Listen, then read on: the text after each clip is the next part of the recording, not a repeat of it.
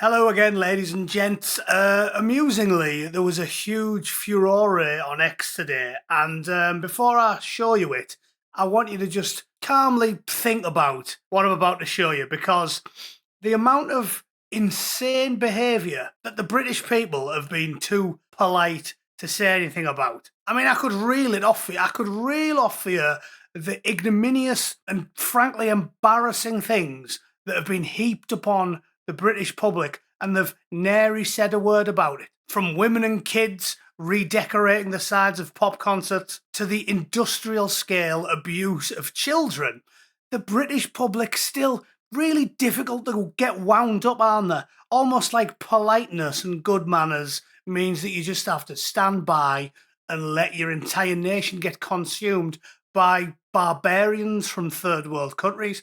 But today, something seems to be waking them up. Call to close all British pubs draws fierce backlash. Yeah, I'd have thought an off-duty British soldier getting an unscheduled surgical procedure in the middle of London, with the foreign man that lopped his nut off live streaming it on social media, I'd have thought that would have drawn a fierce backlash. But it looks like pubs closing may be the thing to tip us over the edge. It's great news if that's finally going to happen. But it's a bit odd that the word fierce backlash seems to have only hit the headlines when we're talking about pubs getting closed and not little girls getting rogered above kebab shops. Still, most of the world thinks we're all alcoholics, so it's very British, isn't it?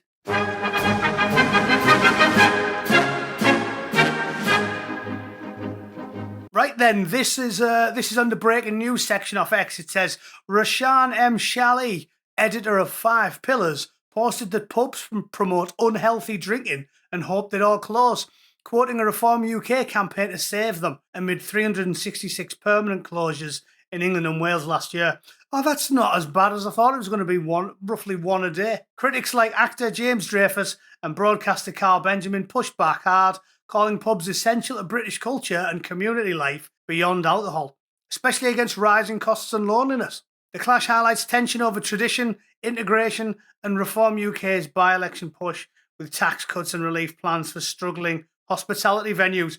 First things first, should we go and have a look at the page of the pro-shoe bomber that obviously posted this drivel? Oh, sorry, that's Ed Davey. He's more concerned having got the President of the United States. Does he do anything in British politics? That capering, baldy simpleton. Does he do anything useful? Anyway, go home, Ed, you're pissed. Here he is, Roshan Salih. Why do Reform endlessly push pubs and drinking culture? I can only assume it's because unhealthy slobs who vote for them spend all of their time in pubs. Alcohol is bad for you, and pubs are a bad environment for anybody. I hope they all close. Whoa, hang on. This is every pot in the cosmos calling all the kettles in the solar system black. This. What do you mean? Reform voters are unhealthy slobs. I'm your average bog standard Reform voter. Do I look like a slob? Matt Goodwin, there he is. Look, having a pint. He looks in pretty good shape, doesn't he? This is coming from a bloke who promotes incest. And we know what that does. That makes you have big-eared boys with webbed feet and the hands growing out with the shoulder blades. What are you talking about? Although hang on. Maybe I shouldn't judge because, well, remember the health secretary? Sorry, health ambassador. Yeah, I mean, if your community produces healthy specimens like that, maybe you think I look sickly. Yeah, maybe you do. However, I would posit that me, with my good skin and clear, bright eyes, looks more of a exemplary specimen of human health than that gigantic slug in a bin bag. All right, let's see what else he's got to say. The UK media is using a second-rate British comedian who has barely spent any time in Iran to manufacture consent for military action against Iran. It would be laughable if it wasn't true. No wonder no one trusts the mainstream media anymore.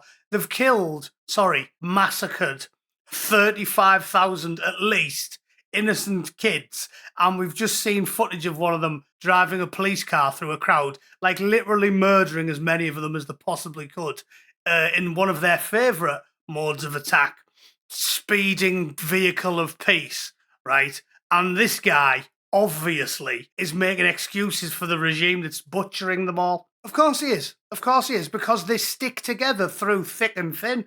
The regulars at the snack bar are so close. Well, they're basically lubed up and daisy chaining each other around the snack bar. This is why they have very, very close families, if you know what I'm saying. And by close, I mean daddy guides you into your cousin. Close. Okay, so we've established he's a raving lunatic. He's basically a jihadi, right? He definitely is.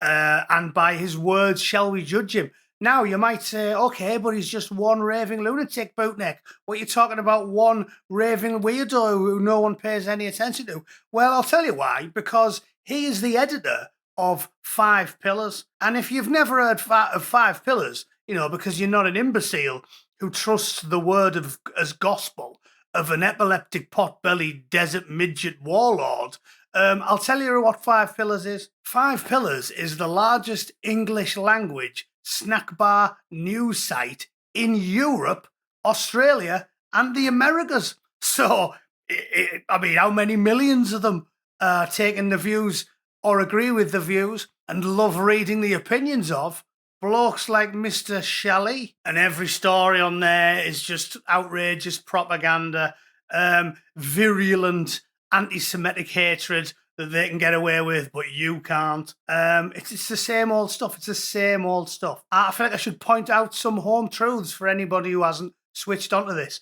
Mr. Roshan here isn't a fanatic. No, he represents mainstream opinion from the regulars at everybody's favourite snack bar of intolerance, okay? It's an obvious fact. He doesn't have fringe opinions that only a few thousand people have. And nobody's thick enough to say every single regular at the big Golden Bell End Church is a full-blown holy warrior. Nobody's saying that. What we're saying is they aren't fringe radical opinions. They seem to be the opinion of about half of them.